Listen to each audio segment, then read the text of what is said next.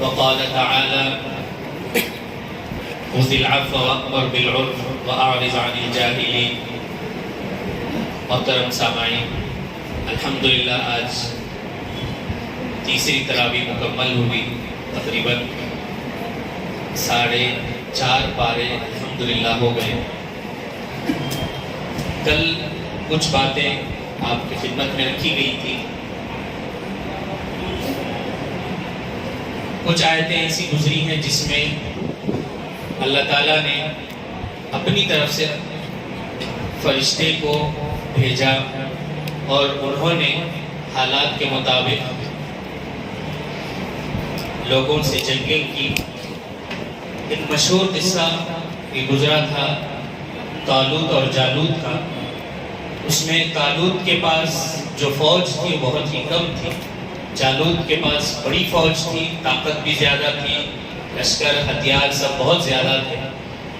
اس کے باوجود اللہ تعالیٰ نے طالوت کی فوج کو غلبہ عطا فرمایا، اور قرآن کریم کی دوسری آیتوں سے معلوم ہوتا ہے کہ کم من فئۃ قلیلۃ غلبت فئۃ کثیرۃ بإذن اللہ۔ اسلام کے اندر کوانٹٹی کو نہیں دیکھا جاتا ہے، ایک طرف بڑی فوج ہے ایک طرف چھوٹی فوج ہے، تو اللہ کی نظر میں کون سی فوج اللہ کے حکموں پر چلنے والی ہے وہ زیادہ طاقتور مانی جاتی ہے، اسی کو اللہ تعالیٰ فتح عطا فرماتے ہیں۔ اسی طرح اس واقعے میں بھی ہوا۔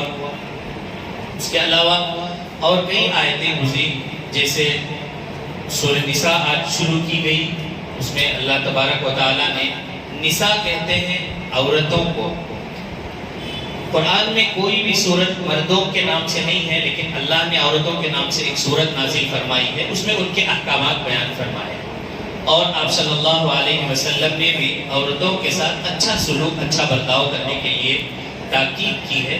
نبی اکرم صلی اللہ علیہ وسلم کے آنے سے پہلے کا جو ماحول تھا وہ بہت خراب تھا عورتوں کے معاملے میں، تو آپ صلی اللہ علیہ وسلم نے فرمایا استوصوا بالنساء خیرا، میں تمہیں وصیت کرتا ہوں کہ تم عورتوں کے ساتھ اچھائی کا معاملہ کرنا۔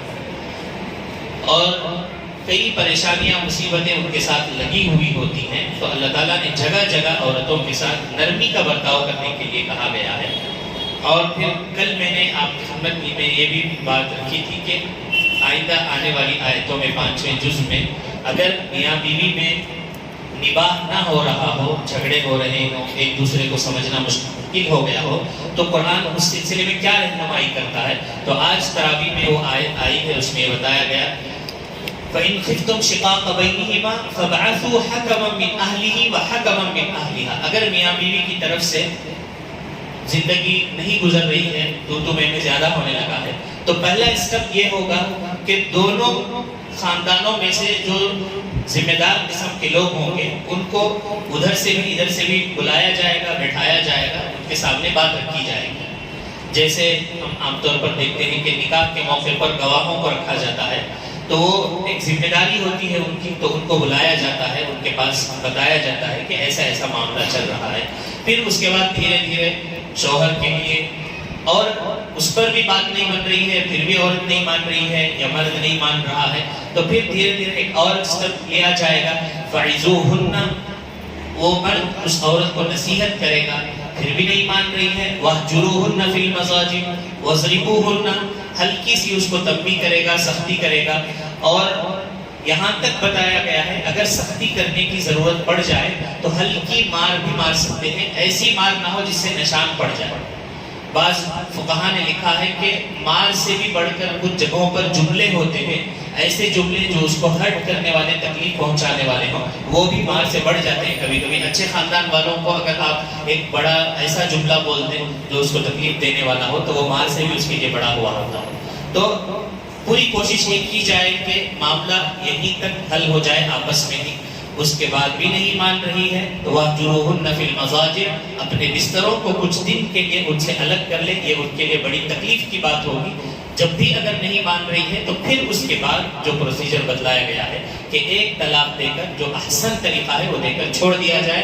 ایک عدت ہوتی ہے 3 مہینے کی ایک لمبی مدت، اس کے بعد دونوں الگ الگ ہو جاتے ہیں۔ اس کے بعد اگر دوبارہ سمجھ میں آنے کے بعد مل کر رہنا چاہیں تو پھر 5 منٹ کے نکاح سے پھر دونوں میاں بیوی ہو جاتے ہیں۔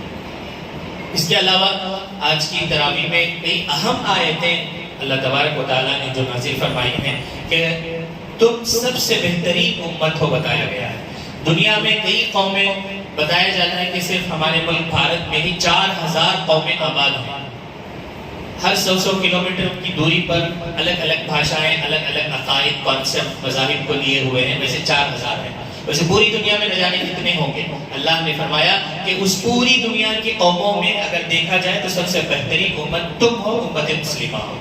وجہ کیا ہے؟ کس وجہ سے تم سب سے بہترین ہو؟ اس لیے کہ اللہ نے تم کو لوگوں کے فائدے کے لیے نکالا ہے۔ تم لوگوں کے فائدے کے لیے نکالے گئے ہو اور تمہارا کام یہ ہے کہ تم اچھائی کا حکم دیتے ہو اور برائی سے روکتے ہو۔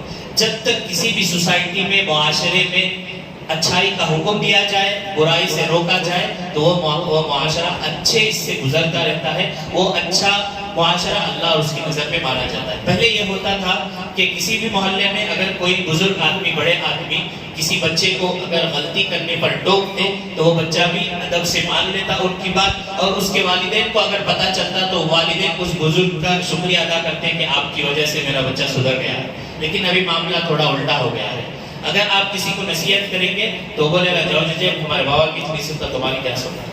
تو یہ جب مزاج ہوتا ہے بڑوں کی عزت نہ کرنا، چھوٹوں کا احترام، تب معاشرے میں برائیاں پھیلتی جاتی ہیں۔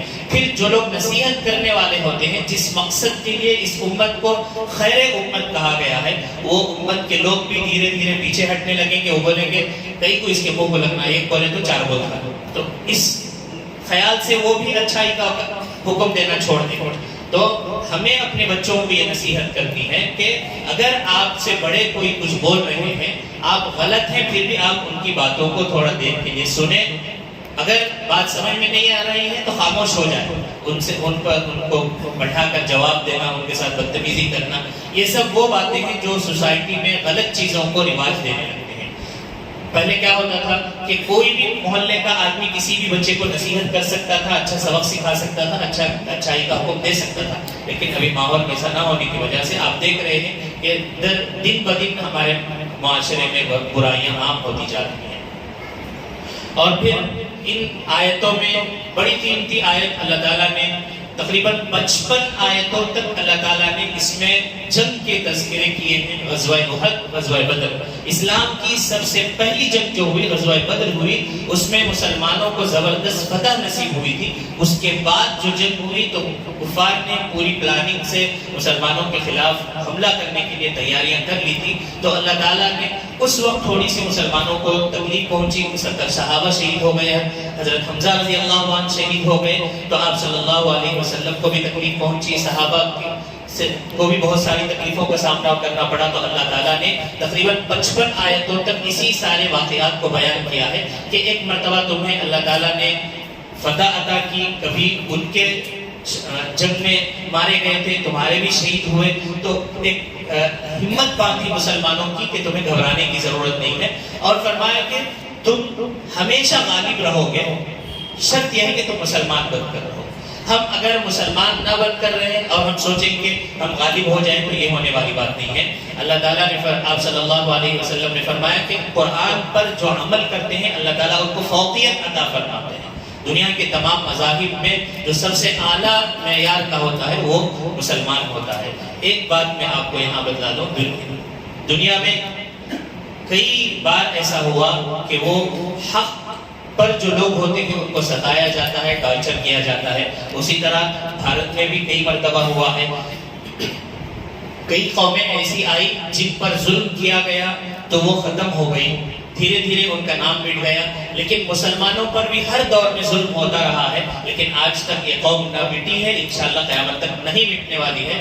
وجہ یہ کہ ہمارے پاس اللہ تعالیٰ نے قرآن مجید جو زندہ جاوید کتاب ہے وہ دی ہے، اس میں سارے احکامات موجود ہیں۔ جب تک قوم اس پر عمل کرتی رہے گی اللہ تعالیٰ اس کو سربلندی عطا فرماتے رہیں گے۔